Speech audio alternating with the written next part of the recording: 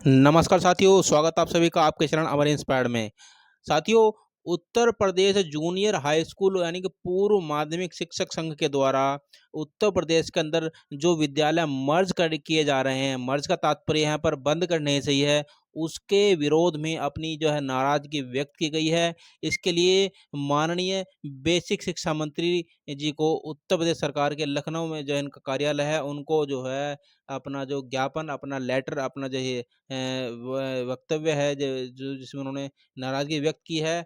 ये ये जो मर्ज की प्रक्रिया है इसको बंद किया जाए, इसको स्टॉप लगाए रहे हैं पे, क्योंकि इससे जो है जो बेसिक शिक्षा परिषद का जो एक तरह से देखा जाए तो उसको ख़त्म करने की यह साजिश है, जो शासन द्वारा जारी किया गया है। ये मर्ज की प्रक्रिया इसको बंद किया जाए। उससे पहले जो डॉक्टर दिनेश चंद्र शर्मा उत्तर प्रदेश प्राथमिक शिक्षक संघ के प्रदेश अध्यक्ष, उनके द्वारा भी शासन को ट्वीट के माध्यम से अपनी नाराजगी दर्ज की गई थी। उसके बाद अब उत्तर प्रदेश जूनियर शिक्षक महासंघ के द्वारा सरकार से गुहार लगाई गई है और सरकार से यह अपने पत्र के माध्यम से यह जो नाराजगी दर्ज की गई है, इसमें बताया गया है कि अपर मुख्य सचिव बेसिक शिक्षा परिषद शासन द्वारा प्रदेश के कम संख्या वाले प्रदेशी विद्यालयों को मर्ज किए जाने संबंधी 16 जून 2025 के आदेश पर लोक रोक लगाने के संबंध में उनके द्वारा यह पत्र जारी किया गया दिनांक 20/6/2025 को, यानी कि आज।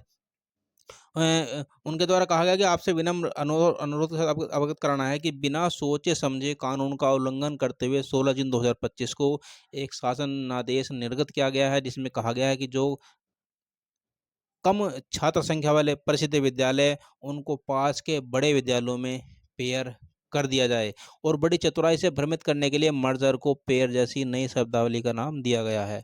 और जिले स्तर के अधिकारियों को निर्देश दिए गए हैं कि मर्जर शब्द का प्रयोग कदापि न किया जाए। शिक्षार्थी एवं शिक्षकों के विरुद्ध यह निर्णय होने के कारण Uttar Pradesh junior high school शिक्षक संघ प्रदेश को उक्त निर्णय पर आपत्ति है। इस कारण इस निर्णय का विरोध किया जाना अति आवश्यक है और इसकी जो आपत्तियाँ हैं वो निम्नमत हैं। इसमें निम्नलिखित आपत्तियाँ जो हैं वो दर्ज की गई हैं। इसमें जो Uttar Pradesh junior high school महासंघ है माध्यमिक, उनके द्वारा जो आपत्तियाँ की गई हैं उसको देखते हैं। इसमें उन्होंने क्या-क्या उन्होंने इसमें जो आपत्तियाँ बताई हैं।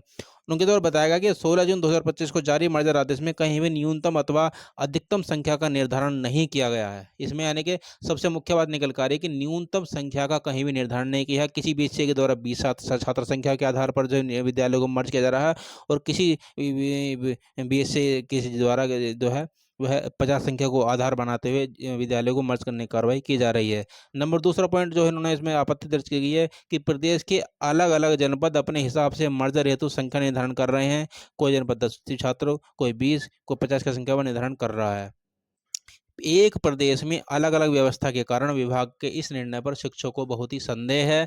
और इसमें शिक्षकों के अंदर एक संदेह यह पैदा हो गया कि कहीं इन विद्यालयों को मर्ज करने के नाम पर बंद करना कर दिया जाए। इतने बड़े शिक्षक एवं छात्र विरोधी विरोधी निर्णय को इतनी गोपनीयता से लागू किए जाने से संशय उत्पन्न हो रहा है तथा स्पष्ट रूप से शिक्षकों का इसमें अहित है। उक्त मर्जर आदेश से शिक्षा का अधिकार अधिनियम का उल्लंघन किया गया, जो कि कानून की अतिक्रमण है। जारी शासन आदेश में बाल अधिकार अधिनियम का भी उल्लंघन किया गया है। उक्त कानूनों के अनुसार ही गांवों में विद्यालय स्थापित किए गए थे।